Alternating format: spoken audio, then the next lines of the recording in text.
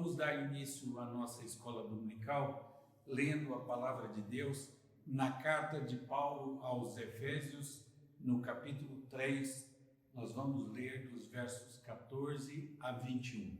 Carta de Paulo aos Efésios, capítulo de número 3, os versos 14 a 21. Nos diz assim a palavra de Deus: por esta causa me ponho de joelhos diante do Pai, de quem toma o nome toda a família, tanto no céu como sobre a terra, para que, segundo a riqueza da sua glória, vos conceda que sejais fortalecidos com poder, mediante o seu Espírito no homem interior, e assim habite Cristo no vosso coração pela fé, estando vós arraigados e alicerçados em amor, a fim de poderdes compreender com todos os santos qual é a largura e o comprimento e a altura e a profundidade, e conhecer o amor de Cristo que excede todo o entendimento, para que sejais tomados de toda a plenitude de Deus. Ora, aquele que é poderoso para fazer infinitamente mais do que tudo quanto pedimos ou pensamos, conforme o seu poder que opera em nós. A ele seja a glória na igreja e em Cristo Jesus por todas as gerações, para todo sempre. Amém. Assim temos lido na carta de Paulo aos Efésios, capítulo 3, versos 14 a 21. Vamos, neste instante, orar, confessando os nossos pecados, para nos prepararmos para receber a instrução da palavra de Deus. Vamos orar confessando os nossos pecados. Oremos. Senhor, nosso Deus e Pai, ao olhar para a tua beleza, santidade, majestade e pureza, olhamos também para nós e só enxergamos pecado e maldade em nós. Pecamos com nossas atitudes, pecamos com nossas palavras, pecamos com os nossos pensamentos, pecamos pelas nossas ações e pecamos por nossas omissões. Claramente não somos adequados para comparecer à tua presença. Mesmo assim, nos aproximamos de ti, mas o fazemos pelos méritos exclusivos de Jesus Cristo. Confessamos nossos pecados e renovamos nossos propósitos de fidelidade a ti, pois nós oramos em nome de Jesus. Amém. Vamos, neste instante, acompanhar um dos cânticos da mocidade.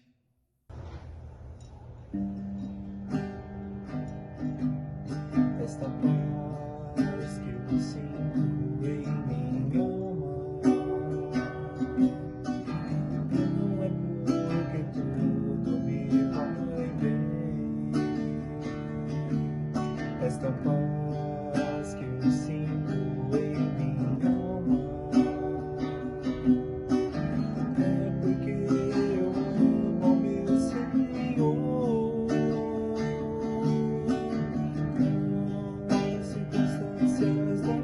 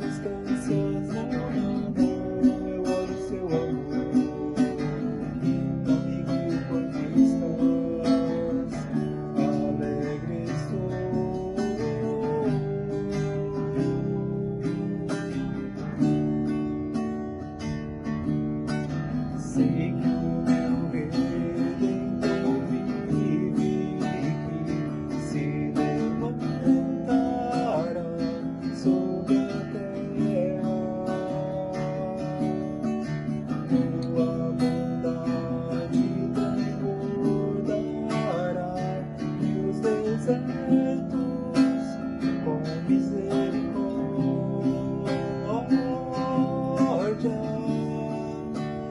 Tua forte mão guarda os meus dias, mesmo sem te ver, eu pertenço a ti. Teu perdão me cura, Deus, tua cruz me limpa. Eu sei que não mereço, mas me amas com amor sem fim.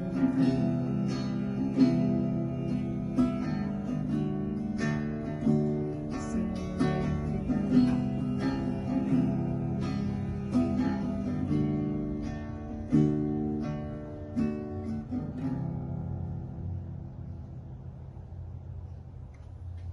Quero convidá-lo a orar em favor da igreja, em favor do mundo que sofre com uma pandemia e em favor do nosso país que vive uma crise política. Oremos ao Senhor. Ó Deus, em cuja presença nos encontramos, chegamos diante de Ti para derramar o nosso coração e para dizer que não temos a quem recorrer senão a Ti somente. Tu sabes que a Tua igreja se encontra privada de suas reuniões presenciais e da comunhão com os irmãos. Assim, queremos suplicar que Tu abençoes o Teu povo, fazendo de cada lar um templo e uma escola, um templo em que o Teu nome seja glorificado e cultuado, uma escola em que a Tua palavra seja estudada, aprendida e ensinada. Senhor, queremos suplicar em favor do mundo que sofre com o novo coronavírus. Pedimos em favor dos cientistas para que sejam iluminados por Ti na produção de uma vacina eficaz. Pedimos em favor daqueles que trabalham em pesquisa, buscando medicamentos que contenham essa pandemia. Pedimos em favor dos médicos, enfermeiros e daqueles que trabalham em hospitais, na linha de frente no combate ao Covid-19. Pedimos em favor das famílias enlutadas e pedimos em favor dos desempregados. Senhor, suplicamos em favor do nosso país que sofre com essa crise política tão escandalosa. Pedimos em favor dos vereadores, prefeitos, deputados estaduais, governadores, deputados federais, senadores, do presidente da República e seus ministros e do sistema judiciário. Rogamos que inclines o coração de nossos líderes para que decidam coisas boas para o nosso país e para que, assim, o Teu povo viva em paz. Pedimos isso em nome de Jesus. Amém. Hoje quero estudar com os irmãos sobre a oração sacerdotal do apóstolo Paulo, conforme lemos em Efésios capítulo 3, versos 14 a 21. A Bíblia Sagrada tem muita coisa a dizer sobre oração. Jesus ensinou os seus discípulos a orar, a oração dominical. E o Evangelho de João tem um capítulo inteiro dedicado à oração. O capítulo de número 17. E é a oração de Jesus ao seu Pai Celestial. E há um livro inteiro na Bíblia, no Antigo Testamento, dedicado à oração. Nós temos 150 orações juntas, orações por motivos diferentes, colecionadas naquele livro. É o livro dos Salmos. 150 orações separadas. Então a oração é de imenso valor no decorrer da nossa vida. Normalmente, nós não pensamos na carta de Paulo aos Efésios como uma carta de oração. Mas talvez nós devêssemos pensar nela mais como uma carta de oração. Ela contém duas das mais longas orações. Uma no capítulo 1 e outra aqui no capítulo de número 3. Essas duas orações contêm bastante semelhanças. Pode comparar aí entre a oração do capítulo 1 e a oração do capítulo de número 3. No capítulo 1, a oração de Paulo está aí nos versos 15 a 22. E no capítulo de número 3, dos versos 14 a 19. Só para estabelecer uma comparação. No capítulo 1, Paulo ora para que o Senhor conceda aos Efésios um espírito de sabedoria no conhecimento de Jesus Cristo.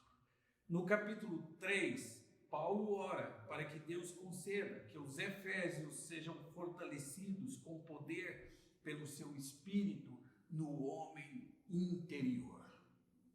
No capítulo 1, ele ora para que assim eles saibam qual é a esperança da sua chamada, a riqueza da sua herança e a grandeza do seu poder. No capítulo de número 3, ele ora para que assim eles sejam capazes de compreender a largura e o comprimento e a altura e a profundidade do amor de Jesus Cristo. No capítulo 1, ele ora para que o seu corpo seja a plenitude daquele que é tudo em todos. E no capítulo de número 3, ele ora para que os Efésios sejam cheios de toda a plenitude de Deus. O foco da oração no capítulo 1 é o que os Efésios conhecerão. E o foco da oração no capítulo 3 é sobre como os Efésios serão fortalecidos no poder de Deus. No centro de ambas as orações está o pedido para que esses crentes conheçam e experimentem realmente o Evangelho. O ponto é que o conhecimento teórico, o conhecimento meramente acadêmico do Evangelho não é suficiente. É preciso um conhecimento experimental das boas novas de Deus, do Evangelho. É preciso viver o Evangelho, colocar em prática na nossa vida os ensinamentos de Deus. A direção da oração de Paulo é a primeira coisa que vamos considerar aqui. Os versos 14 e 15, ele diz assim: por esta causa me ponho de joelhos diante do Pai, de quem toma o nome toda a família, tanto no céu como sobre a terra. A oração de Paulo é dirigida aqui ao Pai, como as nossas orações. Precisamos de atentar para isso. Nós não oramos a Jesus Cristo, nós não oramos ao Espírito Santo, nós oramos ao Pai. Mas em nossa oração está envolvida a Trindade.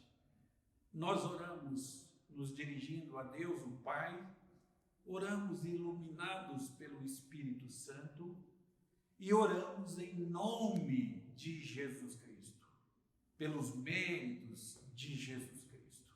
Então, assim, na nossa oração está envolvida a Trindade.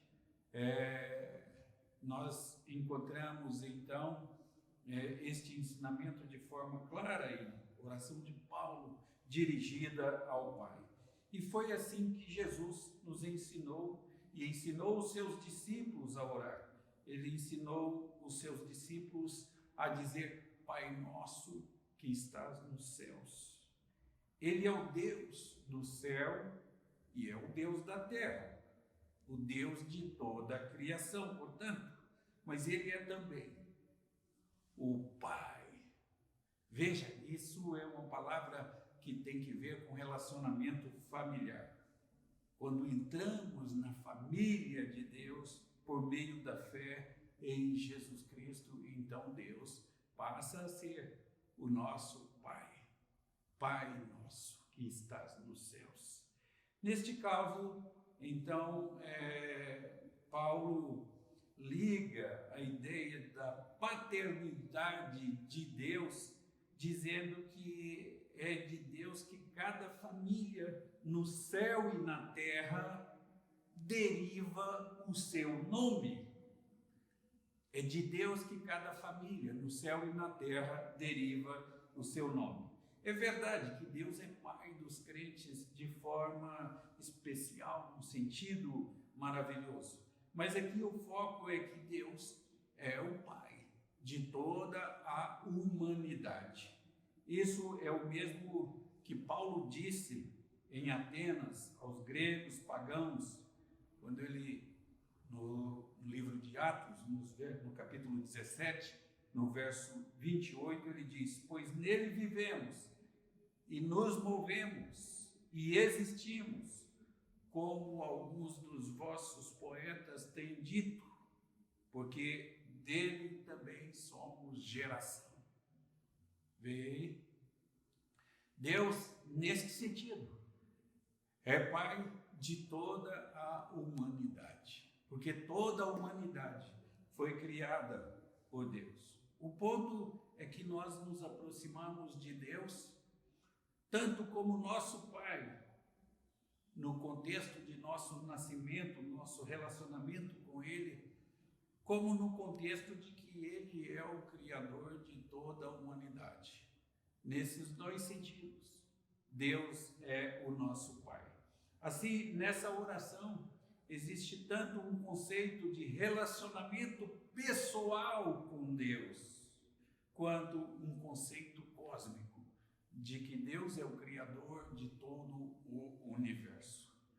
Segundo ponto que nós podemos destacar no texto é o desejo manifesto na oração de Paulo, no verso 16, para que, segundo a riqueza da sua glória, vos conceda que sejais fortalecidos com poder, mediante o seu Espírito, no homem interior. A oração de Paulo aí é para que a igreja, naturalmente, seja fortalecida com poder.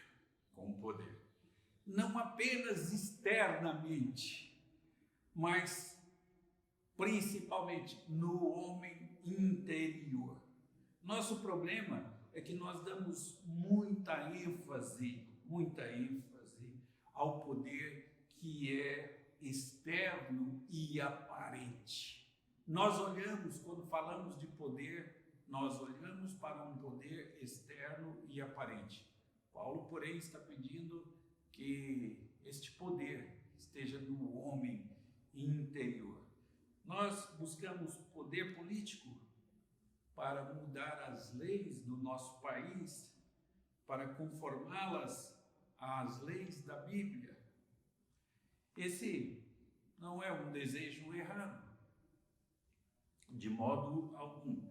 Nós devemos ter fome e sede de que a justiça de Deus cubra toda a extensão da terra, toda a terra.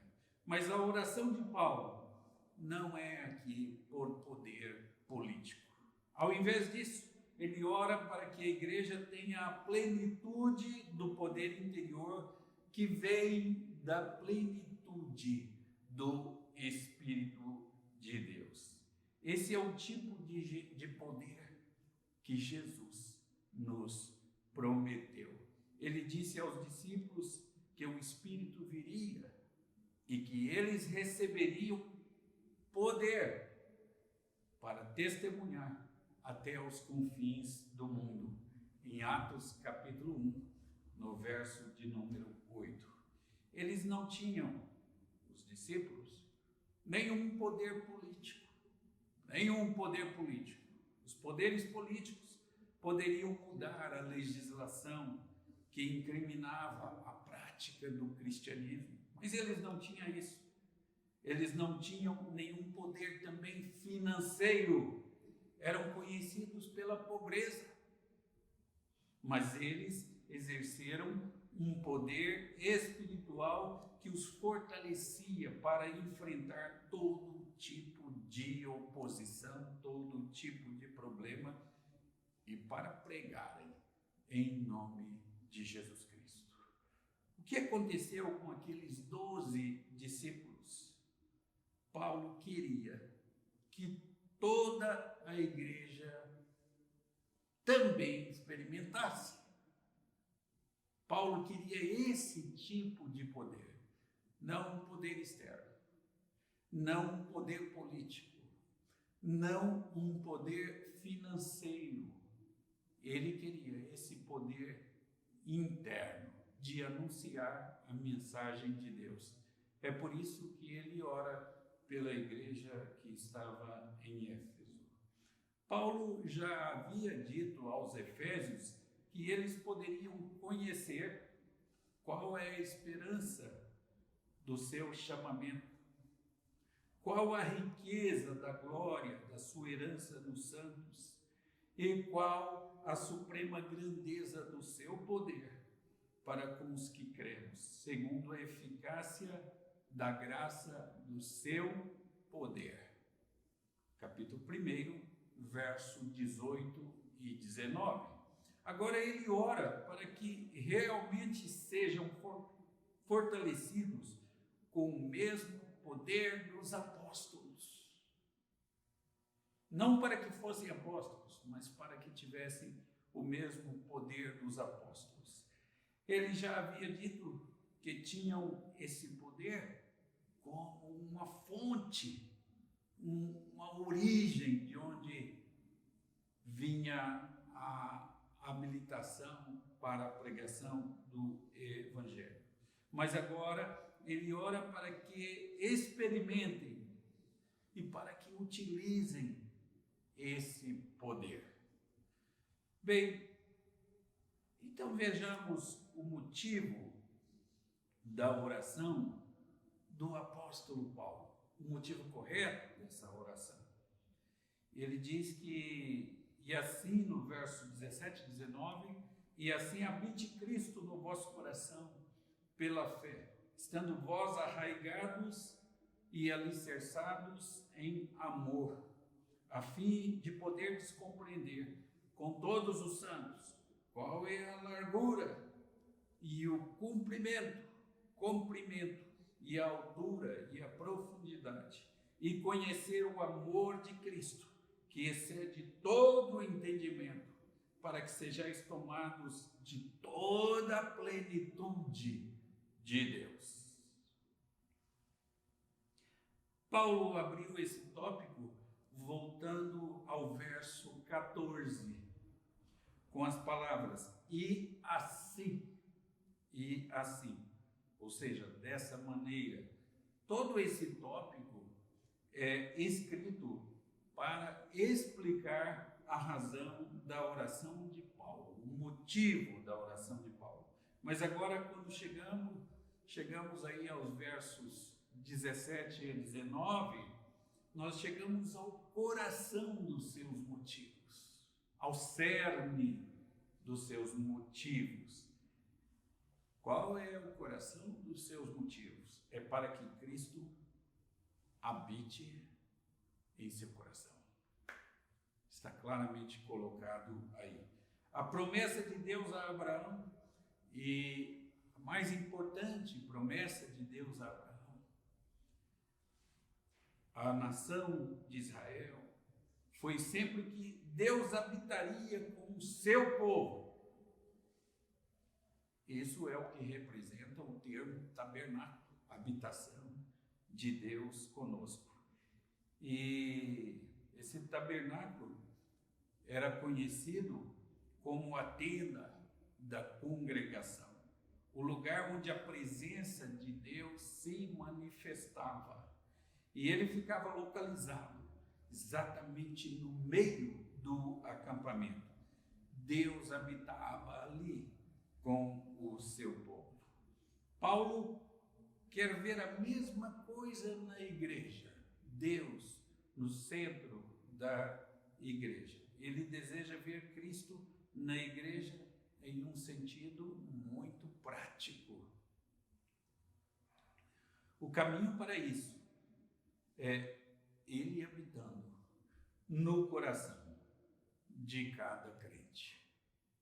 Isso é o que acontece quando nós acreditamos nele, quando nós agimos pela fé em Jesus Cristo, quando Cristo vive através de nós na igreja. Como disse Paulo, e vivo não mais eu, mas Cristo vive em mim. E o viver que agora vivo na carne, disse Paulo, vivo na fé, no Filho de Deus que me amou. Bem, irmãos, é isso que Paulo queria, Cristo habitando na igreja. Se Cristo habitar em seu coração, Cristo estará na igreja e tudo será diferente. O que nós temos aqui é uma sequência nesse ensinamento e nessa oração. Primeiro, fé em Cristo, que é igual a Cristo em nós e que é igual a Cristo na igreja. Fé em Cristo, Cristo em nós, Cristo na igreja. Observe que isso não é descrito em termos de uma construção artificial. Isso está ligado a um processo orgânico. Ele fala dos crentes sendo arraigados, ou seja, tendo as suas raízes, e fala dos crentes alicerçados, tendo como alicerce, e tendo o quê? O amor como alicerce, o amor como raiz. E o nosso relacionamento com Cristo não é descrito apenas em termos de fé, mas é descrito também, principalmente, em termos de amor. Não é o amor que geramos entre nós, é o amor que vem de Cristo habitar no nosso coração e que resulta em nos tornar mais adequados ao amor de Jesus Cristo.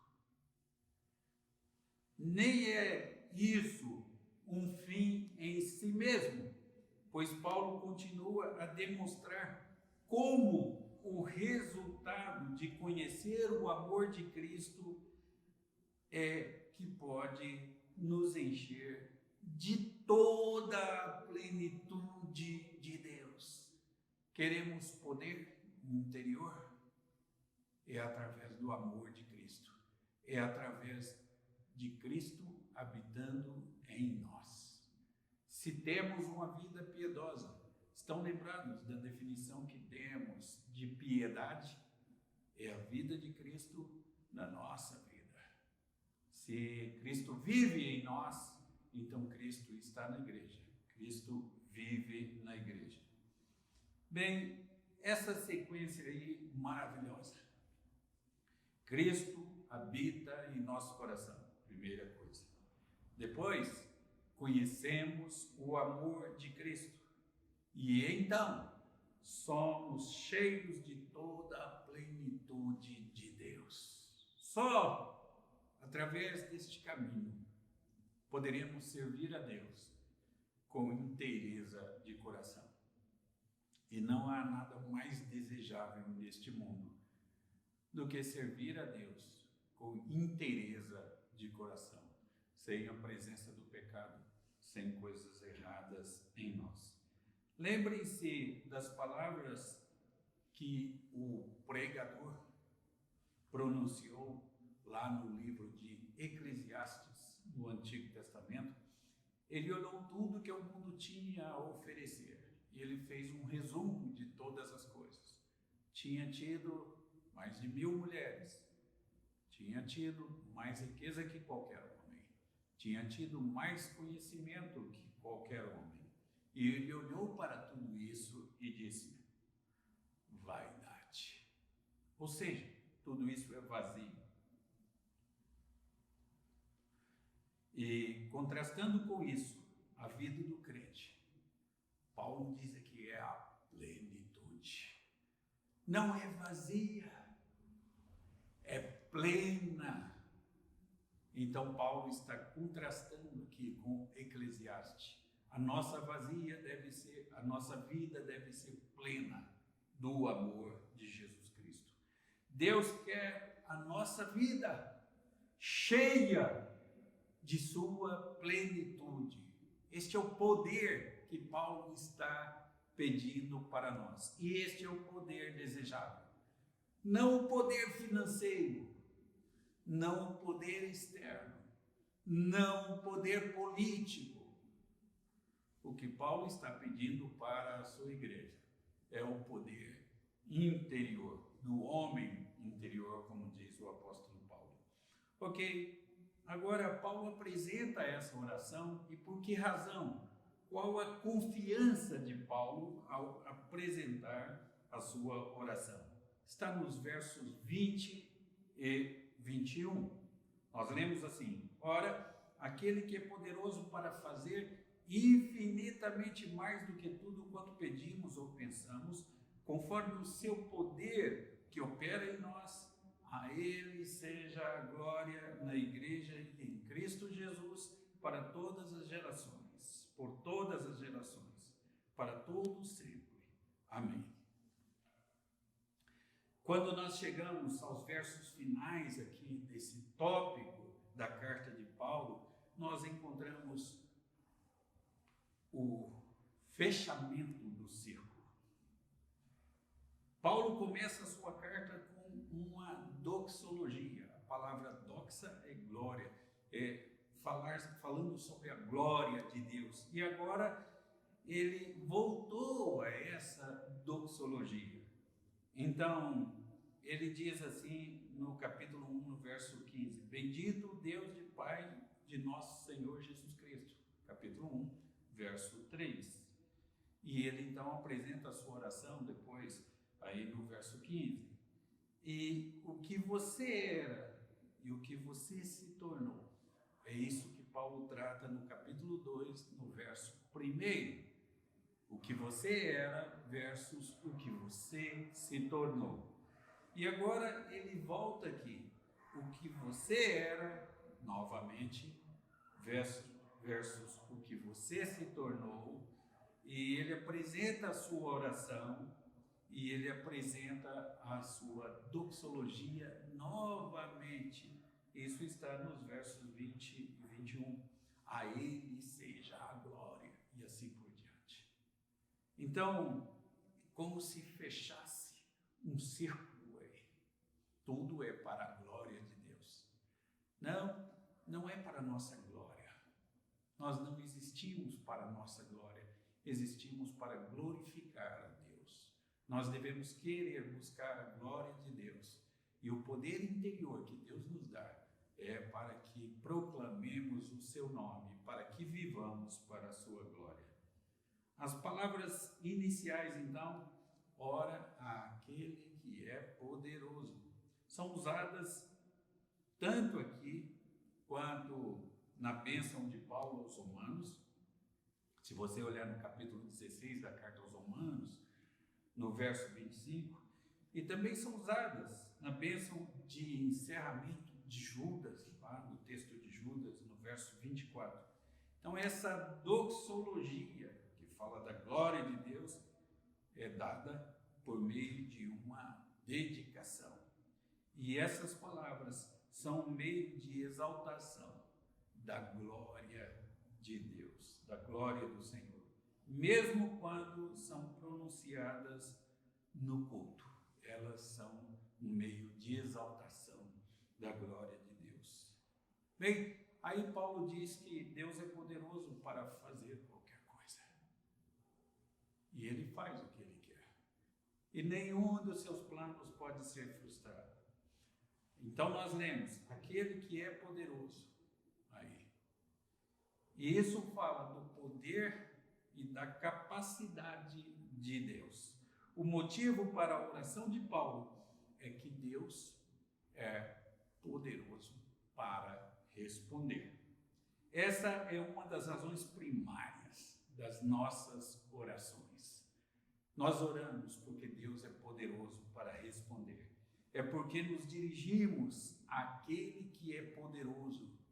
Não, nosso problema não é com os homens. O nosso problema não é com a sociedade. E o nosso problema não é físico. Todo o problema que temos é com Deus. Podemos nos dirigir a Deus sobre qualquer problema, porque estamos dirigindo àquele que é Senhor das circunstâncias. Então, ao invés de falar com os homens e de brigar com os homens e de lutar com os homens, devemos lutar com Deus, como Jacó. Porque Deus é o Senhor das circunstâncias e Ele é poderoso para responder a sua oração. Ok? Então, Ele é poderoso para fazer aquilo que nós pedimos. Frequentemente, eu sou perguntado sobre o valor da oração à luz da soberania de Deus. E o raciocínio é o seguinte: Deus muda? Não, Deus não muda, a resposta é óbvia. A Bíblia diz que Ele é o mesmo ontem, hoje e será eternamente. Ele é imutável. Deus já sabe tudo o que Ele vai nos dar até o final da nossa vida? Sim, Ele sabe, porque o Salmo 139, no verso 16, diz que lá estão escritos todos os nossos dias, cada um deles escrito e determinado sem que nenhum deles existisse. Se Ele já sabe o que Ele vai nos dar até o final da nossa vida, então por que orar? Se Ele não muda, o que Ele tem para nos dar, Ele vai nos dar. Bem, a coisa funciona mais ou menos assim. Nós não conhecemos o futuro e Ele planejou nos abençoar e nos conceder as coisas por meio da oração. Então, na carta aos Filipenses, no capítulo 2, no verso de número 13, diz que Ele coloca em nós tanto o querer quanto o realizar.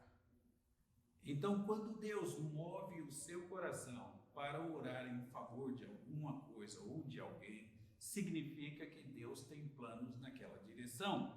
Significa que Deus tem planos neste sentido. E a carta aos Romanos, capítulo 8, verso 26, diz que nós não sabemos orar. E que o Espírito Santo intercede por nós com gemidos inexprimíveis.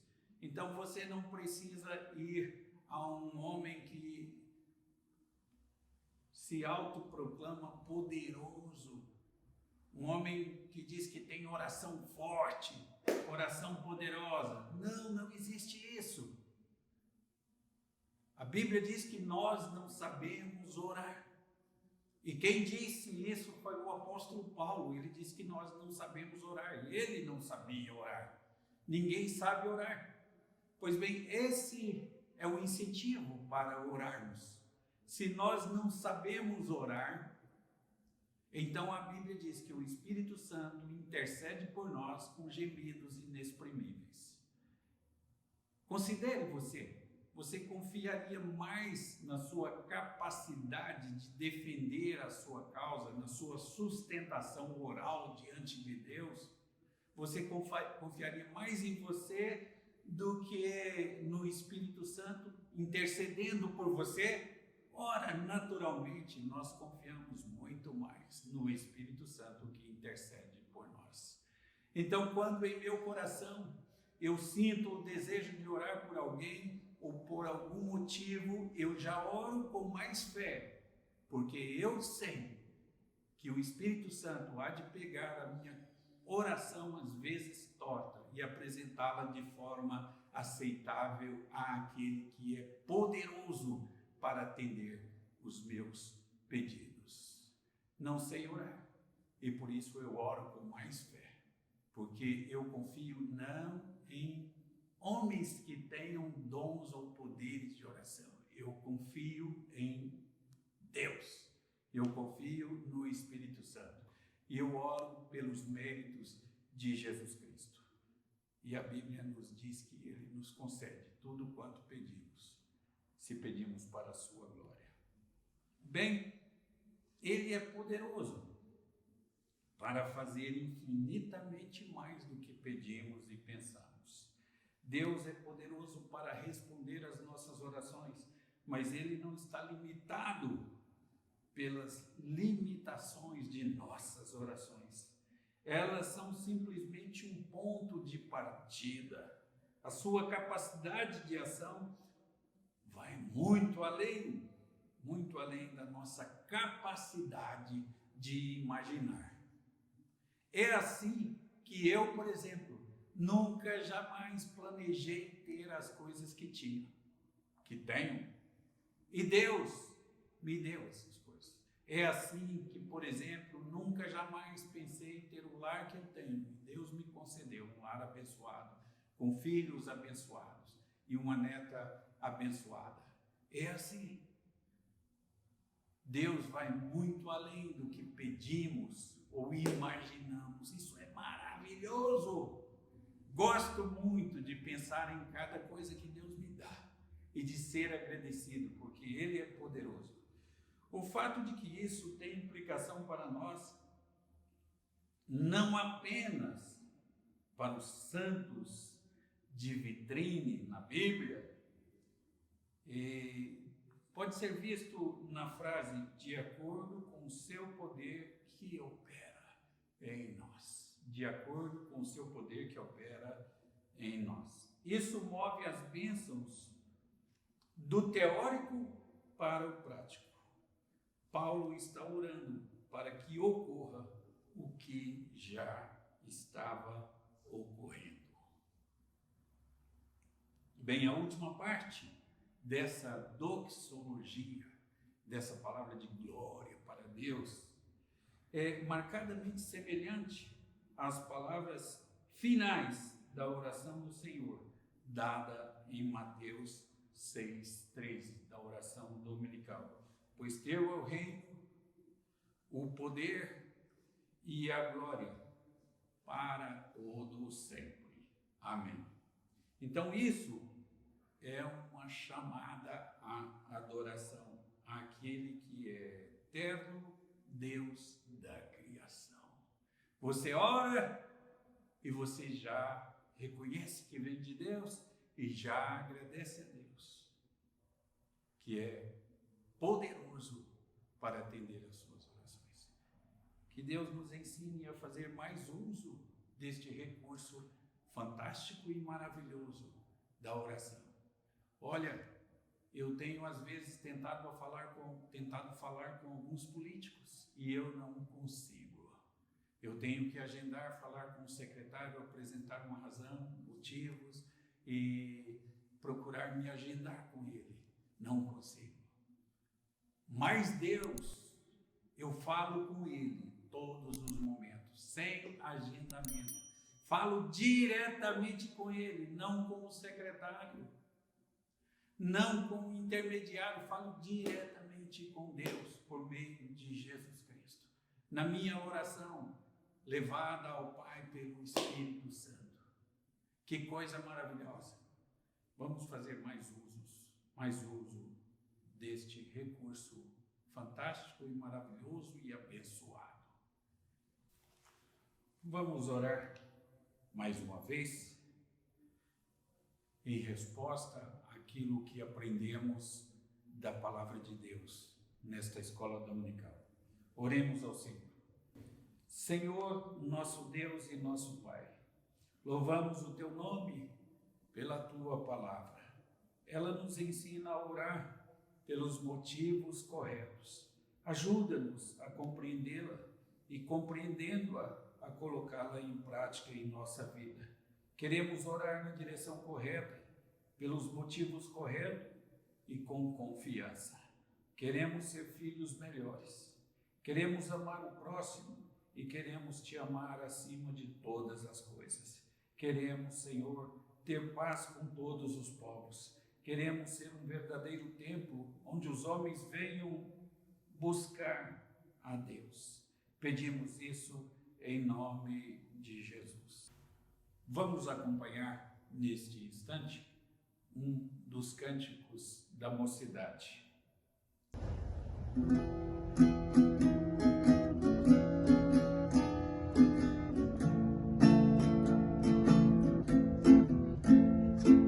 Calmo, sereno, tranquilo, sinto descanso neste viver.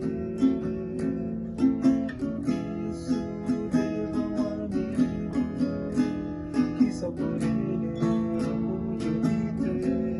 Ele é Jesus, meu amigo, meu Senhor, o Salvador. Só por ele eu ganhei a vida eterna com Deus, com Deus.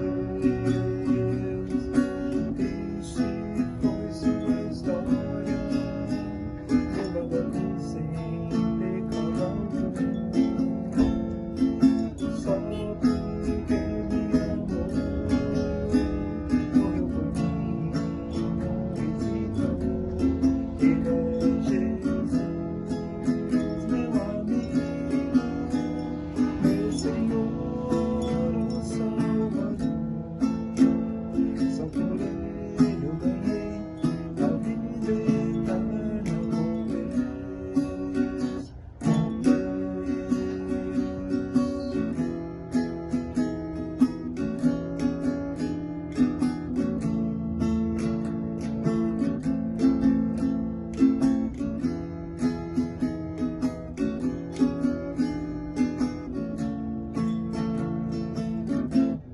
Ele é Jesus, meu amigo, meu Senhor, o Salvador. Só por ele eu ganhei a vida eterna com Deus, com Deus, com Deus.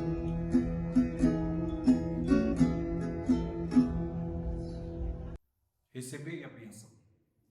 Que a graça de nosso Senhor Jesus Cristo, o amor de Deus, o nosso Pai, o poder, a comunhão e a consolação e os ensinos do Espírito Santo estejam com vocês e com todo o povo de Deus espalhado pela face da terra, hoje e pelos séculos dos séculos. Amém.